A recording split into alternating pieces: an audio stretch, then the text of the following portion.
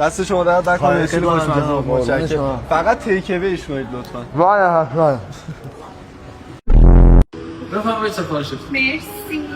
این بطری هم بهتون صاف ندید سفارشتون رو ممنون باید. چه جالب. ایشالا دفعه بعد.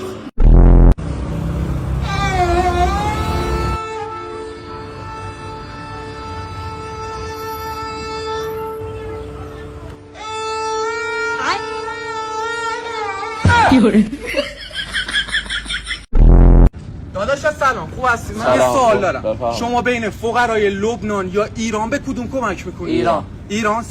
قربونت برم. 100 تومن بکش تو خود. 100 تومن.